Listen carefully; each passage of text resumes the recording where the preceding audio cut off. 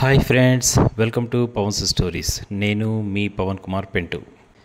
ఈరోజు నుంచి వరుసగా 5 రోజులు 5 ప్రేమ కథలు పంపుతూ ఉంటాను. ఇవన్నీ అయిన తర్వాత మీకు ఏ కథ నచ్చిందో చిన్నగా కామెంట్లో పెట్టేయండి. అన్ని ప్రేమ కథలకు ఒకటే శీర్షిక, అనగనగా ఒక ప్రేమ కథ. ఇందులో మొదటి ప్రేమ కథ ఈరోజు. చూడచక్కని ఒక ప్రేమ జంట పెళ్లి చేసుకోవడానికి రెడీ అయింది. మా ఇంట్లో ఒప్పుకోరేమో అంది ఆ అమ్మాయి కాస్త భయంగా. పర్వాలేదు, నేను ఒప్పిస్తానుగా అన్నాడు అతను. నా కోసం ఏమైనా చేస్తావా అంది. నీకోసం నిన్ను ప్రేమించాను కదా, ఏదైనా చేస్తాను అన్నాడు ఆ అబ్బాయి. నిజంగా ఒట్టు, మధ్యలో వదిలేయవు కదూ అంది తను. ప్రాణం పోయినా సరే వదిలేయను అన్నాడు.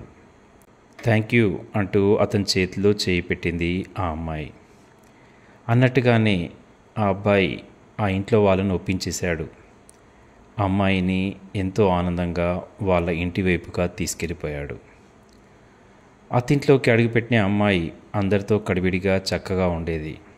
ఆ అమ్మాయికి కావలసినవన్నీ ఈ అబ్బాయి అందిస్తూ ఉండేవాడు. కొన్ని రోజులు చక్కగా నడిచిన సంసారం. హఠాత్తుగా ఆ అమ్మాయి ఓసారి అంది, నేనిక్కడ ఉండలేనిక అంది. ఎందుకు అన్నాడు. ఎప్పుడూ మీ వాళ్ళతో ఉండడమేనా, మనమంటూ ప్రత్యేకంగా ఉండాలి కదా అంది తను. అంటే అన్నాడు.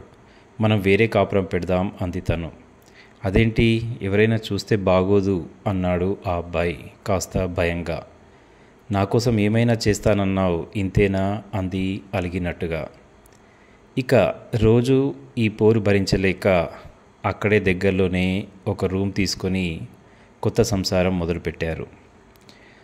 నీకు నేనంటే చాలా ప్రేమ అంది అమ్మాయి. అవును అన్నట్టుగా పలికాడు ఆ అబ్బాయి. ఇక రోజు ఇంట్లో వాళ్ళతో మాట్లాడుతూ ఉంటే వాళ్ళతోనే మాట్లాడడమా, మా వైపు వాళ్ళతో కూడా మాట్లాడుతున్నావా అంది.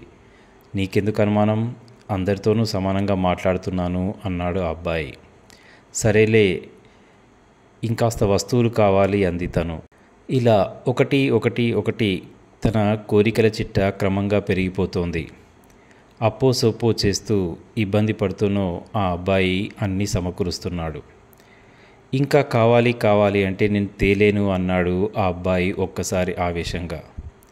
నేనంటే ప్రేమన్నావు, నా కోసం ఏమైనా చేస్తాను అన్నావు, ఇదేనా నీ ప్రేమ అంది తను.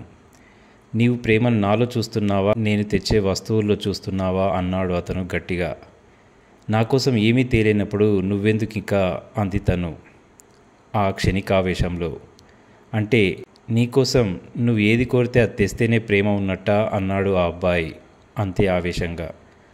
నన్ను పెళ్లి చేసుకున్నావు కదా, మరి నా కోరికలు తీర్చకపోతే నువ్వెందుకు అంది ఒక్కసారి ఘాటుగా. అంతే, సరే నీకు కావలసినవన్నీ ఇస్తాను, నన్ను వదిలేస్తావా స్వేచ్ఛగా అన్నాడు ఆ అబ్బాయి. నాకు కావలసినవన్నీ ఇచ్చిన తర్వాత నువ్వెందుకు ఇక అంది ఆ అమ్మాయి అదే కోపంలో. అంతే, ఆ అబ్బాయి ఇల్లు వదిలేసి వెళ్ళిపోయాడు. ఎటెళ్ళాడో తెలీదు. ఈ అమ్మాయికి కావాల్సినవి మాత్రం వస్తూనే ఉన్నాయి. ఇప్పుడు ఎవరు సంతోషంగా ఉన్నారో నాకైతే తెలీదు. ఆ అమ్మాయి మాత్రం ఆ ఇల్లు వదిలి వెళ్ళిపోలేదు, అక్కడే ఉంది. మరి ఆమె తన కోసం చూస్తుందా, లేక తను ఇచ్చిన ఆ వస్తువులతో సంతోషంగా ఉందా? ఆ అబ్బాయి ఏమయ్యాడు అన్నది అంతులేని ప్రశ్న. ఆ అబ్బాయి ఎటువైపుగా వెళ్ళి ఉంటాడో మీకు తెలిస్తే చిన్నగా కామెంట్ పెట్టండి. ఇది ఈరోజు మొదటి ప్రేమ కథ.